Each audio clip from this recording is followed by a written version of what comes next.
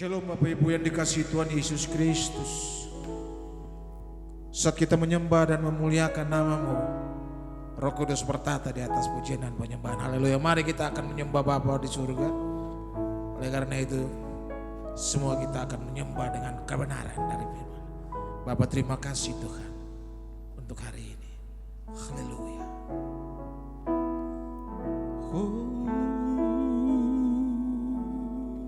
Segala pujian syukur bagimu, Kau hadir dalam hidupku.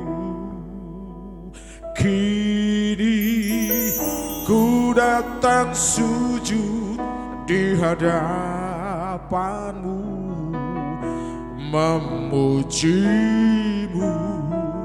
menyembahmu. Yesus, ku menyembahmu.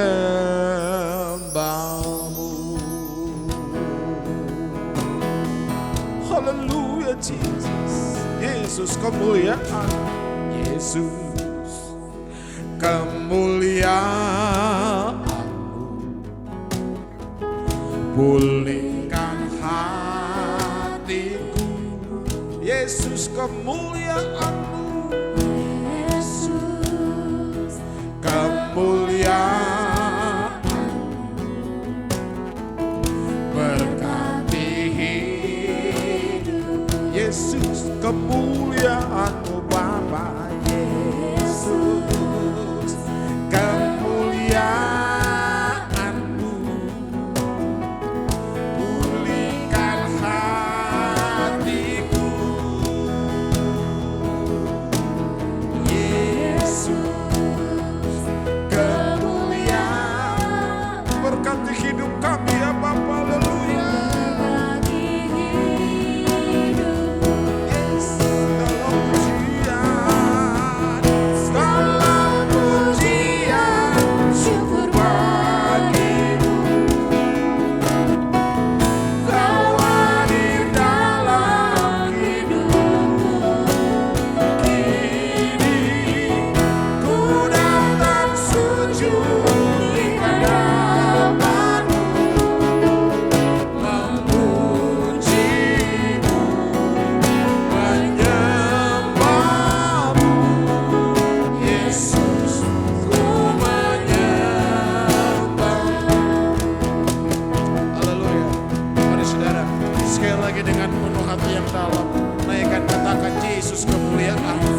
Terpujilah nama-Mu ya Bapa.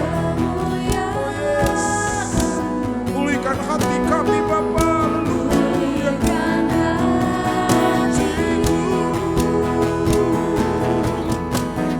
Yesus kemuliaan-Mu berkati hidup.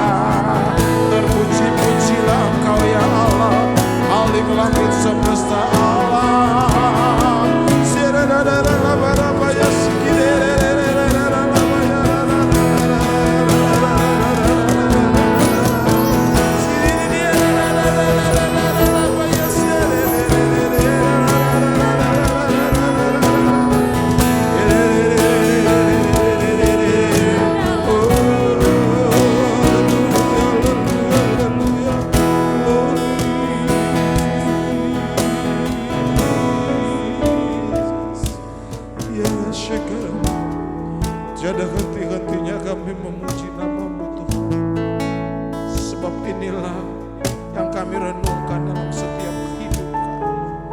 Terima kasih Bapa. Haleluya Yesus. Terpujilah nama. Praise the Lord.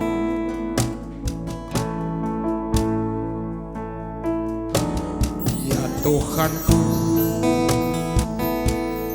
aku hendak bernyanyi bagimu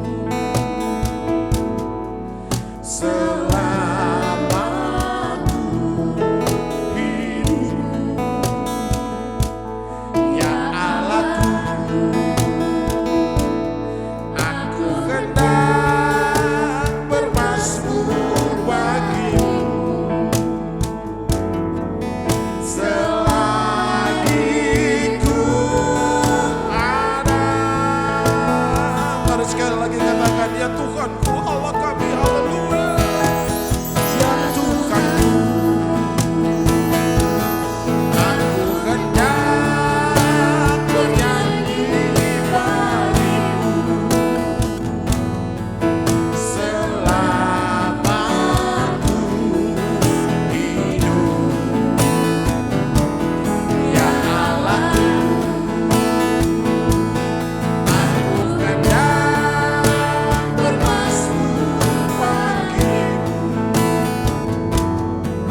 selagi ku ada. Inilah yang kurenungkan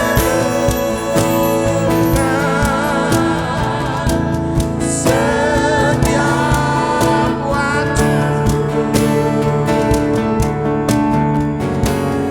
Nyanyian pujian dan pengagungan kepadamu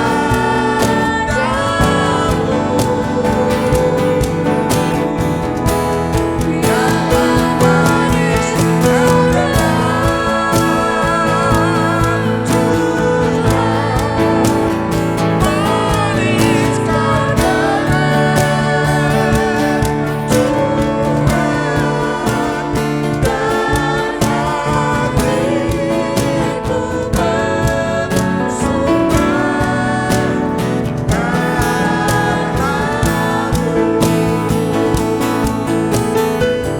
Mari katakan, ya Tuhan, ya Tuhanku, aku hendak bernyanyi bagimu selama aku hidup. Bapa, kami mau bermazmur bagimu ya Allah. Haleluya Jesus. Aku hendak bermazmur bagimu selagi ku ada. Inilah yang ku renungkan.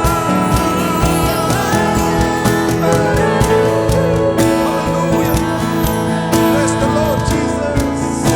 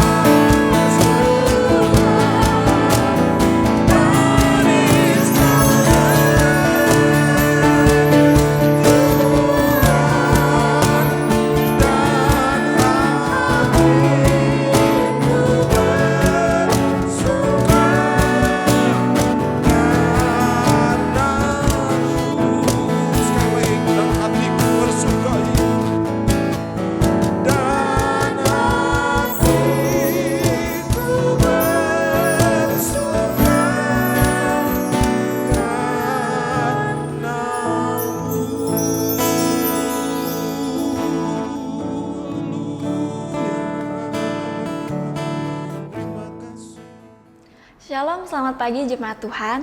Senang sekali pagi hari ini kita boleh kembali bersama-sama memuji Tuhan. Dan tiba saatnya kita akan sama-sama merenungkan firman Tuhan.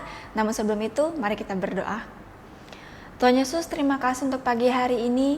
Terima kasih untuk penyertaan Tuhan yang luar biasa dari malam sampai dengan pagi hari ini kami boleh bangun dengan tubuh yang sehat tanpa kurang suatu apapun yang baik. Sebentar Tuhan, kami akan mendengarkan firman-Mu.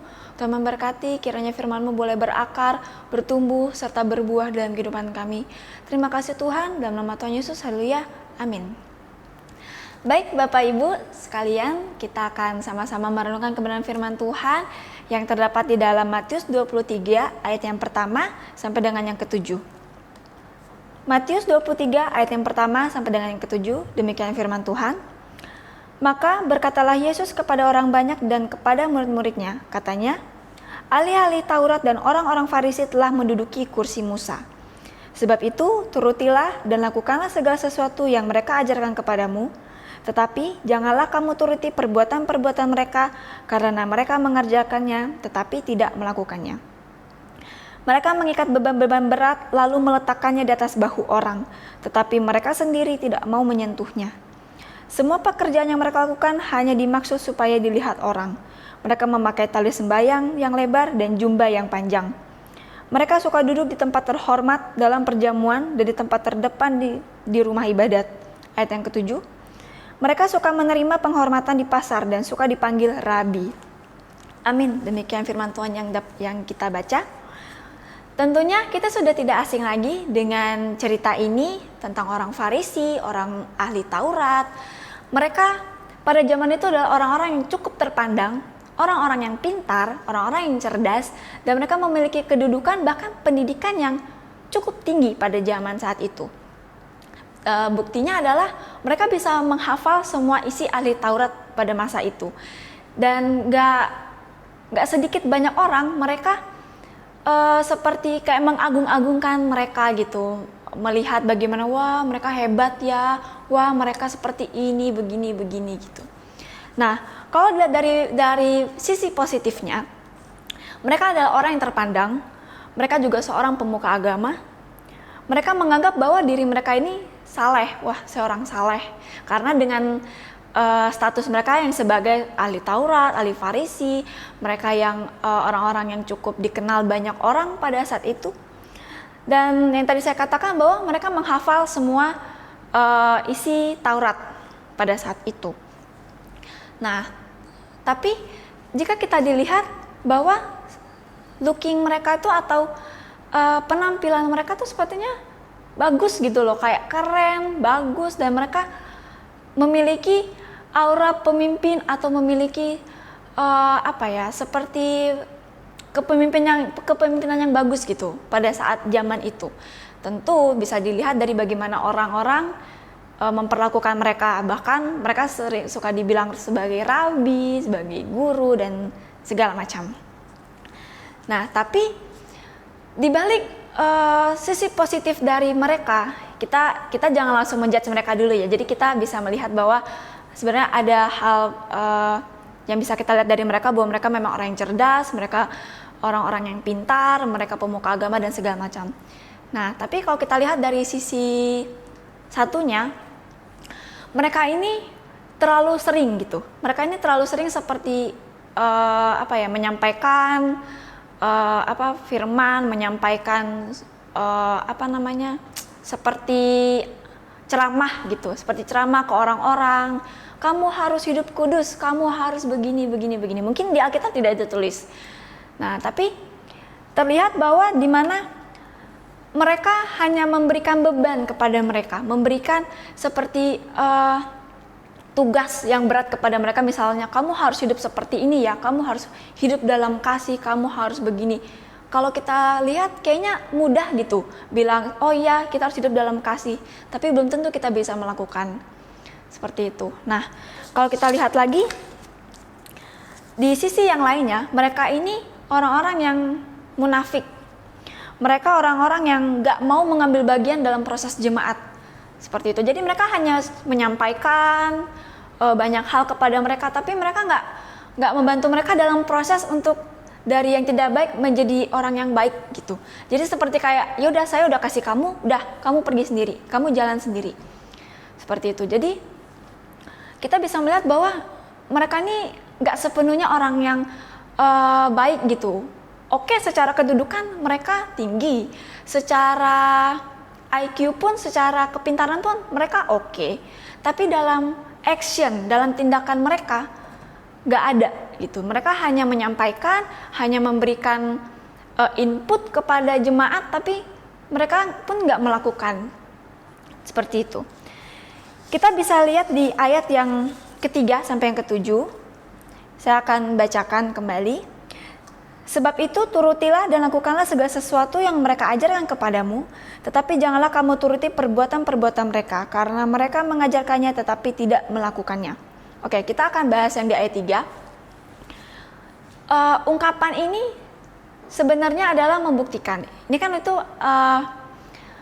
Yesus pada saat itu ya melihatlah gitu. Nah, sebenarnya di ungkapannya Yesus pada saat itu, Yesus tuh sebenarnya menghargai wewenang mereka, menghargai apa yang mereka lakukan, menghargai apa yang terjadi pada saat itu.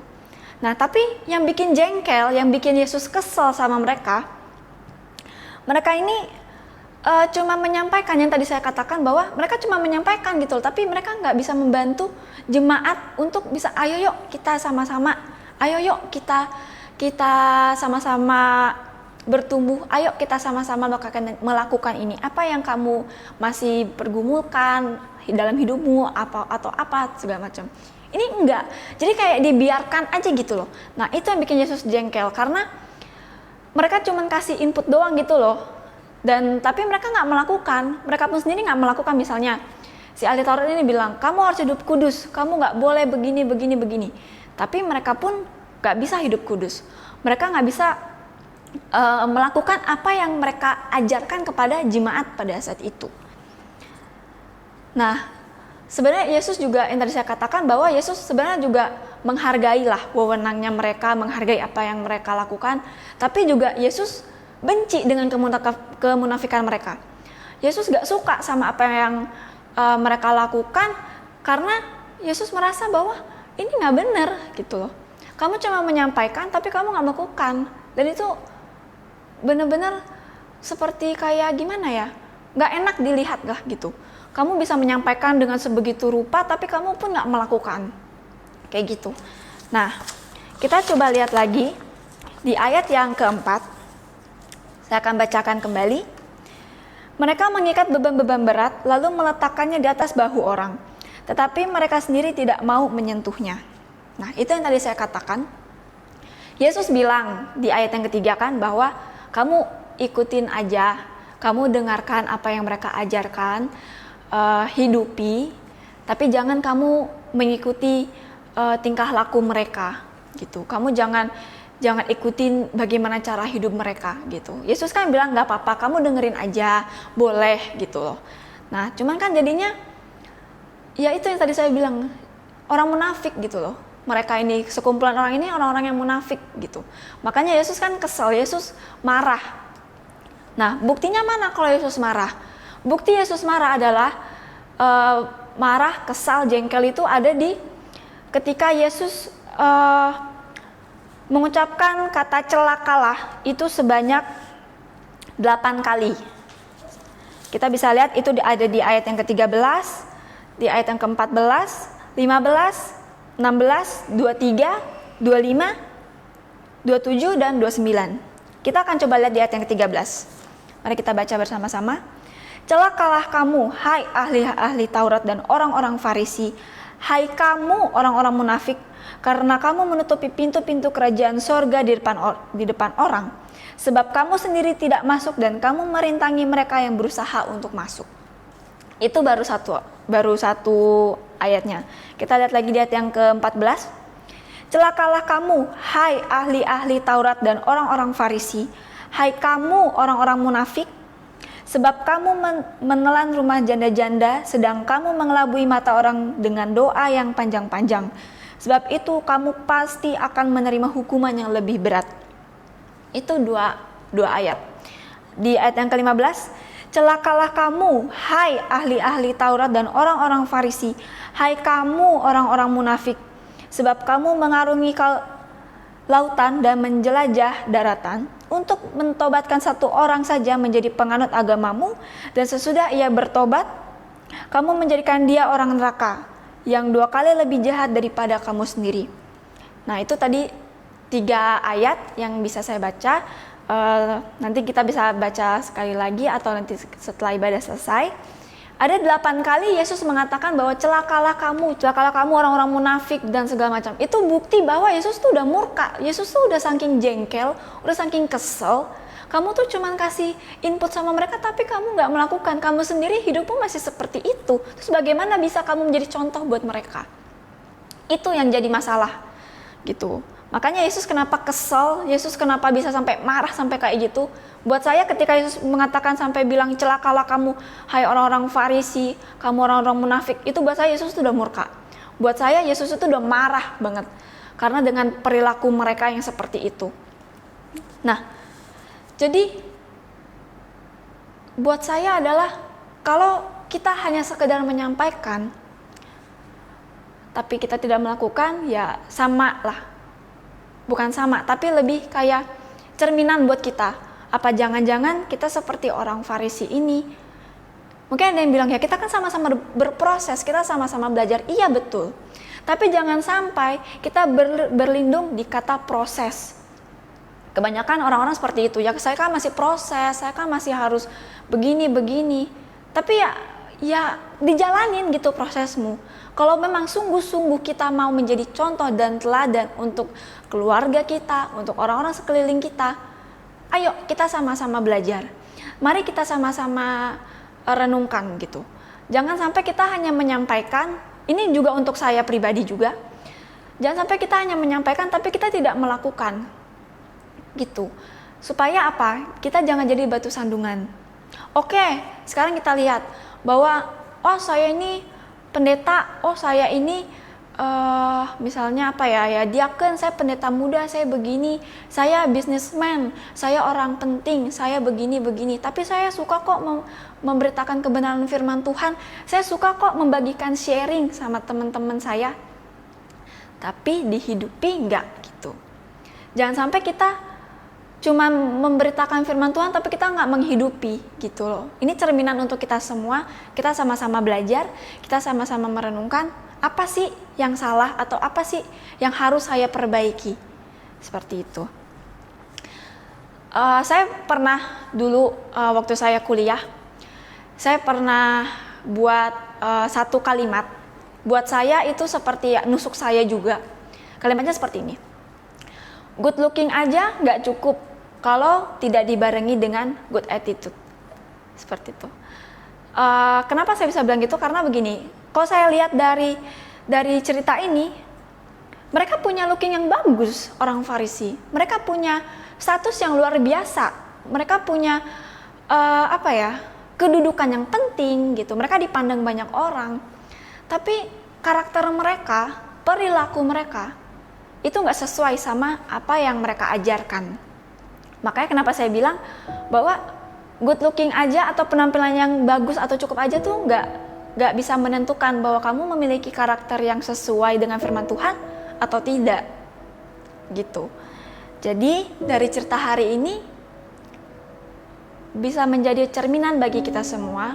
Apakah kita mungkin saat ini sedang berada di posisi ini atau ya kita proses, kita sama-sama berproses, kita sama-sama belajar.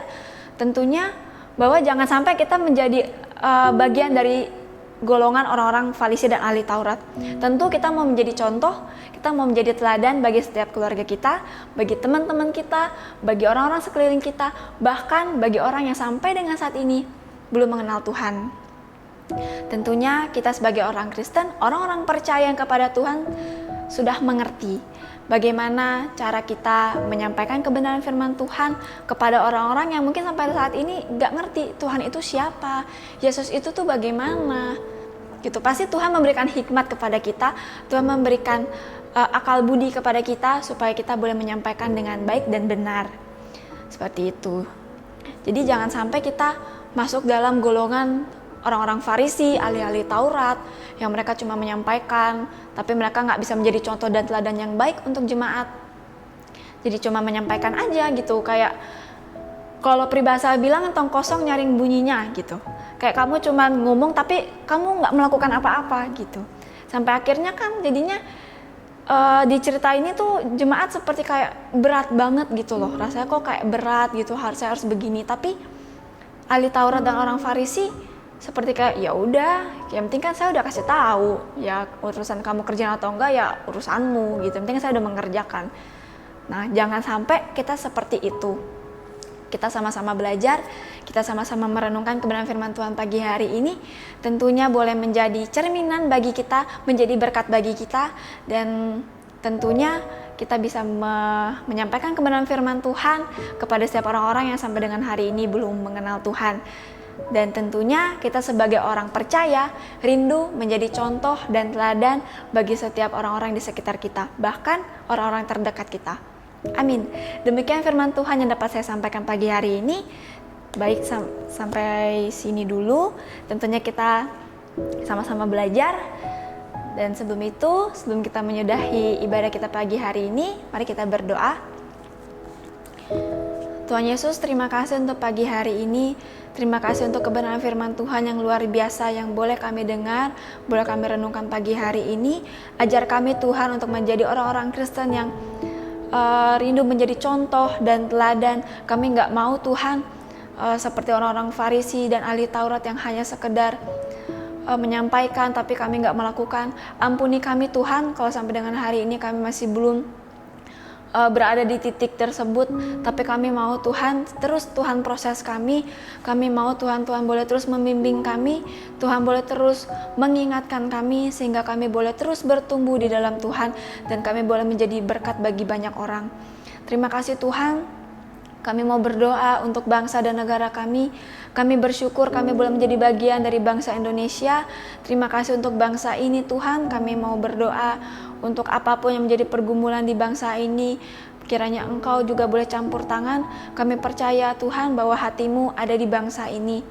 Kami mau berdoa juga Tuhan untuk setiap orang-orang di luar sana yang sedang sakit. Baik itu keluarga kami, teman kami, atau siapapun orang yang kami kenal Tuhan, kami berdoa kiranya Tuhan memberkati, Tuhan memberikan kesembuhan yang ajaib bagi mereka, dan biarlah hidup mereka boleh menjadi kesaksian lewat kesembuhan yang Engkau berikan kepada mereka. Terima kasih Tuhan, kami bersyukur pagi hari ini dan kami mau berdoa untuk menurut apa yang Kau ajarkan. Bapa kami yang di surga, dikuduskanlah nama-Mu, datanglah kerajaan-Mu, jadilah kehendak-Mu di bumi seperti di surga. Berikanlah kami pada pagi hari ini makanan kami yang secukupnya, dan ampunilah kami akan kesalahan kami, seperti kami juga mengampuni orang yang bersalah kepada kami.